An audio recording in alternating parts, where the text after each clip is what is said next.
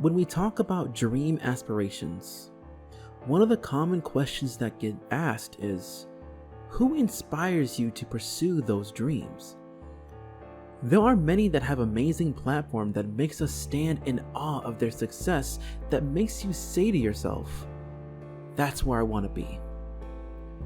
Those that we consider our idols, the ones we model a bit of our own craft by, we view like angels in the sky. But what would happen when you meet them for the first time? This is something Tuca and Bertie tackled in Salad Days.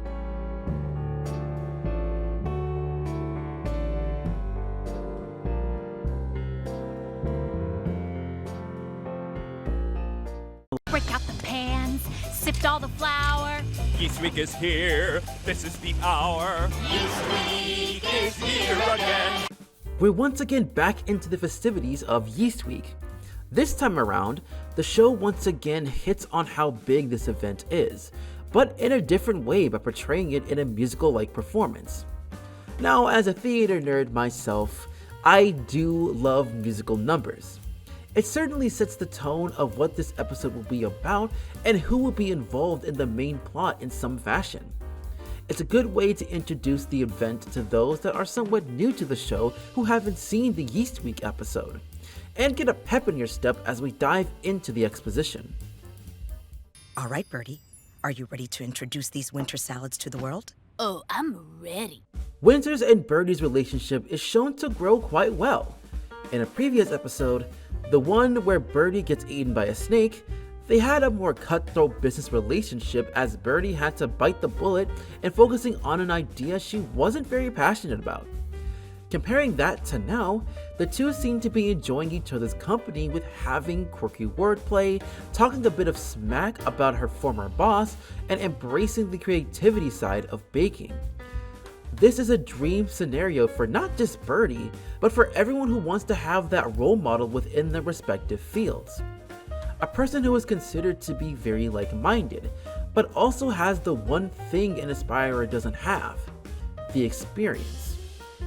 Winter is someone who is shaping up to fit that bill.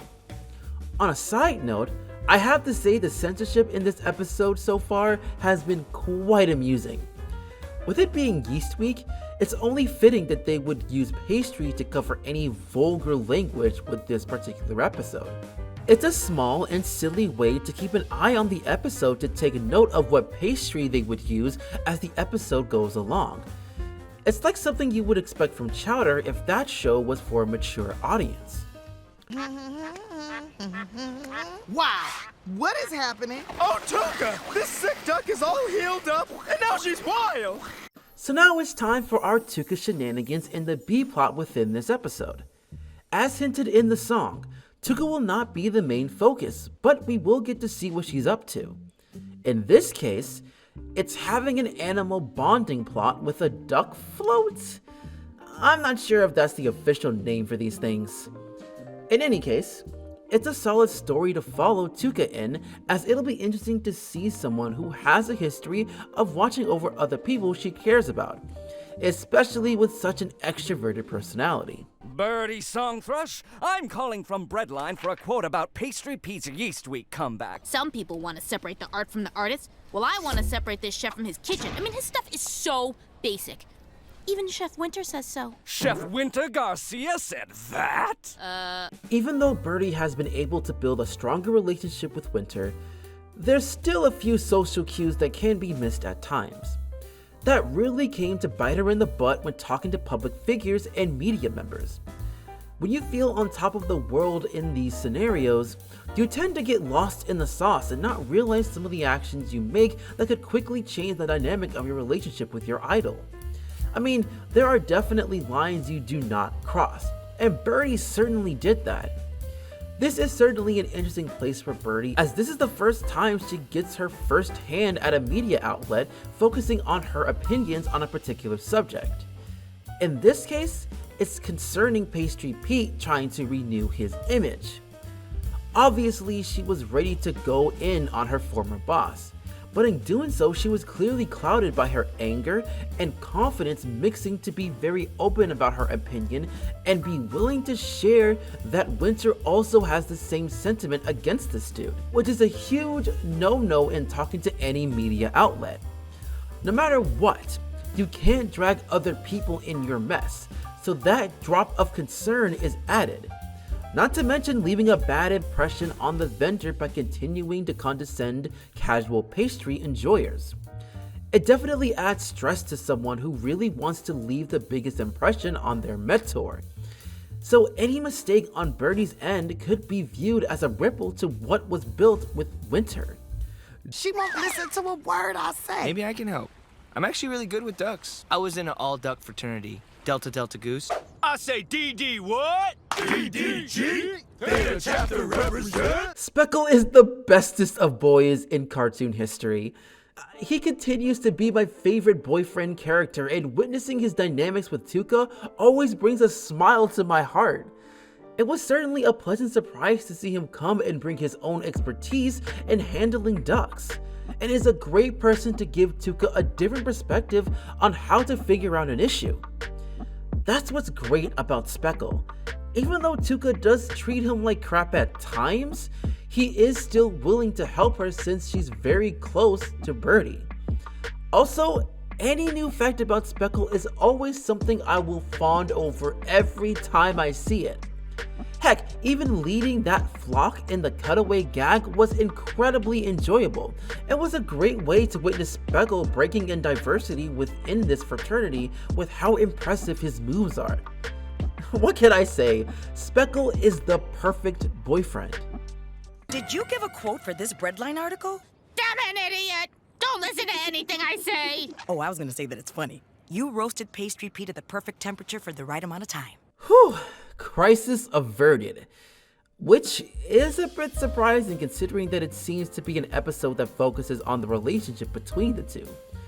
Obviously, name dropping someone on an article is incredibly risky because you're also putting that person's career on the line if it's something that is very bold and can potentially receive backlash. So seeing that she took it well was somewhat surprising. But it also adds to the type of person Winter is. She's a woman with much thicker skin and is willing to work around certain obstacles that are thrown at her. That's a trait that a lot of people would aspire to very easily, and is one of the main reasons why she is very successful in the first place. She honestly has somewhat similar vibes to Tallulah, who also works really hard in her respective industry and has grown thicker skin due to her success. So it isn't surprising that Bertie is enamored with how Winter presents herself. She is considered a prime example of a great businesswoman, and Bertie wants to follow that same path. Oh shit. She lacks confidence, Speckle. We need to boost her bravado until she has the audacity of a healthy duck. But how? Tuca, step on me. Alright, this show needs to stop calling me out. The setup within the scene was fantastic. First, you gotta love the transition from Bertie's face to Speckles as he observes the duck, as it serves how one story has left a hint of concern, while the other gives you a hint of hope. Before the duck kicked him like Young Wei Koo kicking a field goal. The cutaway gag of Tuca kicking various of things, to this amazing visual of Speckle coming up with the idea of showing dominance via Steppies. It's hilarious because this episode is showing how aggressive ducks can be and how a flock operates. Doing a little bit of research about ducks, they do a fantastic job in the accuracy of how ducks operate. Plus, with the symbolism of being stepped on, it does represent a sense of dominance and degradation of an individual receiving them. Just take my word for it. So I just couldn't help but feel a large mix of guilt, laughter, maybe a little bit of pleasure, from how Tuca and this duck just goes to town on Speckle to show the hierarchy between the three of them. So we have a deal? You sugar my cookies, Pete, and I'll dust yours with cinnamon. I'll be at the launch with you tomorrow. I heard Bertie song thrushes in your kitchen. Watch out for that Bertie. Thanks for the tip. Alright, so This is a very tough position for Bertie to be in. Figuring out that a woman you have looked up to and put on a pedestal as the standard has close ties to a person who you consider to be the scum of the earth. It's a very harsh reality check that Bertie is dealing with here. Well, yes, Winter is seen as a person who have paved the way for female chefs to be taken seriously. We also have to remember that she comes from an older generation that is very stern and has a tight knit within a certain profession. So I take this as someone who is always open to using any venue to get to the top and stay there. This is why I compared Winter to Tallulah in this instance. Both of them on paper with their respective success can be seen as great female role models. But if you look deep in their history, they will choose to take things that will continue their dominance in their respective fields, even if it affects others. This affected Bertie negatively because seeing someone who you admire making dealings with a person that has hurt you can be very overwhelming, especially if you don't take that kind of shock very well. Whoa! So good! I present to you Birdtown's first building to be made entirely out of bread.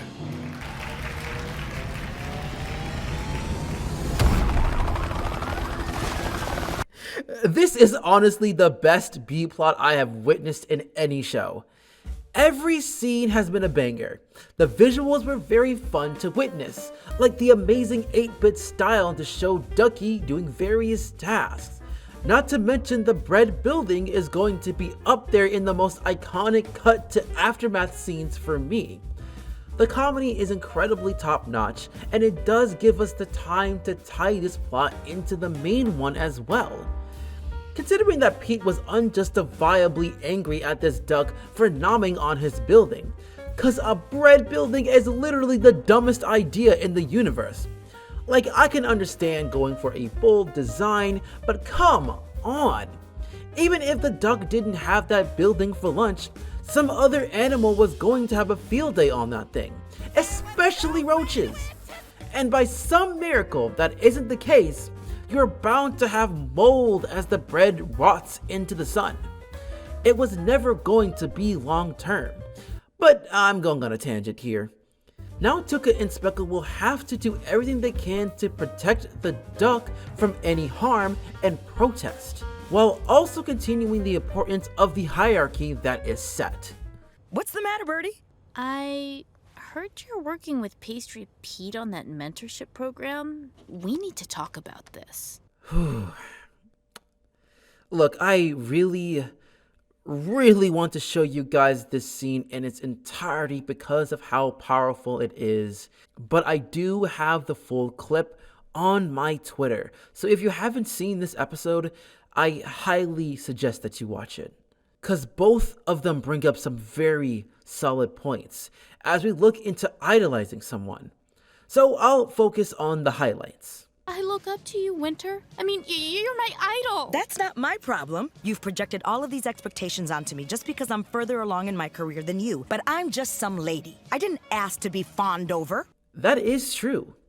I think when we look at a lot of idols that are considered to be stars in their respective fields, we need to understand that we're not really enamored with the actual person, but more so their branding. While yes, a person can be showing what they perceive to be their whole image on their platform. However, we also have to put into perspective that there is a character that is being portrayed within the product. What you see in people like Markiplier, Alpha J, Beta Eta Delota, Theft King may not be what you expect if you actually get to meet them in a normal setting. They can be really cool, or the worst person you've ever met. It really is important to know the distinction between knowing someone and knowing of someone, which is what Bertie is experiencing with Winter. See, your problem is you see the world in black and white. People are either good or bad. They're either your perfect idol up on a pedestal, or they're completely evil and they don't deserve to live anymore. Honestly, I think she hits it on the nose when it comes to Bertie's biggest flaw. Now, understand that she has a very good reason for not liking those that are similar to Pete or Dirk. However, her point of view of others does have that tendency to get the better of her at times. The lack of seeing good or flawed traits depending on the person could lead to more harm. So being able to take that time to thoroughly understand the pros and cons of a person can help give a more accurate depiction of the person in question. However, the flaw of Winter's argument was shown when she doesn't view the problem of forcefully touching someone while in the workplace. That proves to be Winter's biggest flaw, in believing that a person should let every incident slide under the rug in order to keep certain opportunities. While yes, policing every single issue that you have with someone can be draining, even with that, there has to be a line that no one should cross, because without it, terrible things could happen that could last a lifetime, which is what Winter starts to show. I'm not a victim, Bertie. I've had to put up with 100 pastry Petes. But Pete's just using you to legitimize himself. And by working with him, you're reinforcing that he's powerful. She's shown to have put up with a lot of toxicity throughout her career, and it still affects her, whether she wants to admit it or not. That's what makes me not want to go against her entirely, because of the amount of suffering she endured. However, her biggest issue is how she channels those experiences very negatively, seeing them as ways to harden an egg as it boils in the heated water of toxic masculinity, and try to use that hardening to get to the top. As Bertie points out, allowing those with a destructive mindset to have a platform further pushes how powerful they are in controlling the status quo. So we both agree this is toxic bullshit, but you believe every young chef should be forced to endure it and toughen up, because that's easier than changing a messed up system, right? This dialogue has a very large impact on me, and why she won this argument. Winter can believe that being silent in your pain can strengthen you all she wants, but that doesn't help anyone in the grand scheme of things. Allowing these habits to continue in any setting can affect a person's passion for that field.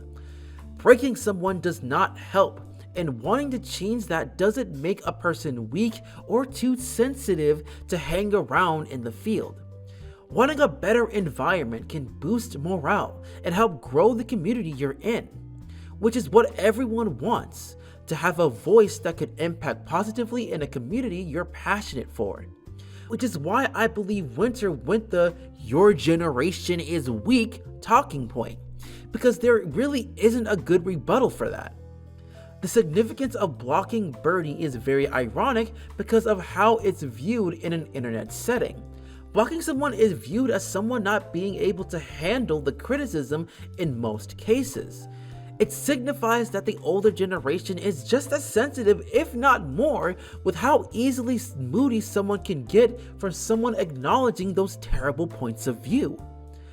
This duck has value. This duck has talent, and I'm going to show you. I say DD what? DDG? They the chap to represent? Whose feet are webbed as hell? This Ducky well. This was a cute way to show how much Ducky has improved. Being able to use the DDG step moves was a hilarious way to come full circle in showing the amount of discipline she has. Not to mention the other ducks joining in on the feast. Yeah, it is a pretty lackluster way to conclude this B-plot, but it's not the main focus, so I can let it slide.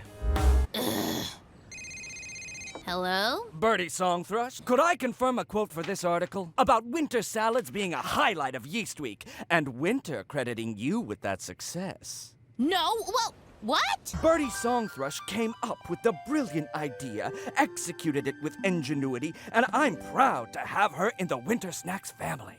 Aww. I think this episode did a wonderful job in shedding light on those who are willing to hear other people's point of view.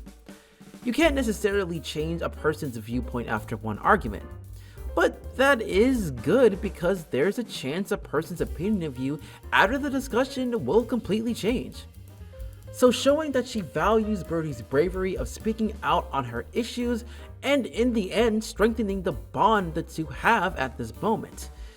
Not to mention witnessing the unhinged ending of Pete taking the L, as Tuca got involved and hijacked the women that signed up for the mentorship program. Which, let's be honest, is a good thing, because I would rather women be taught how to give good steppies than receive shitty steppies. Shut up.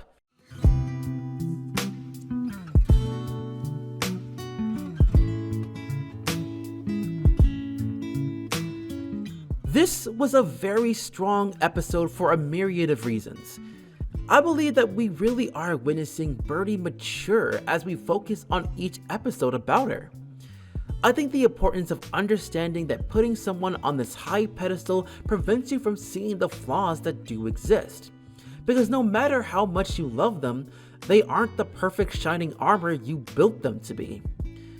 Also, providing a change in the status quo is very important, as it helps those who have been in a profession longer to have an understanding on what needs to be changed in order to improve the experience for those that want to go the same path. I also thought the B-plot was very fun and enjoyable to witness, as it gives us a healthy break from such a serious topic. This episode is one of my favorites of the season so far, and it's one that I will watch again and again. Until then, good afternoon, good evening, and good night.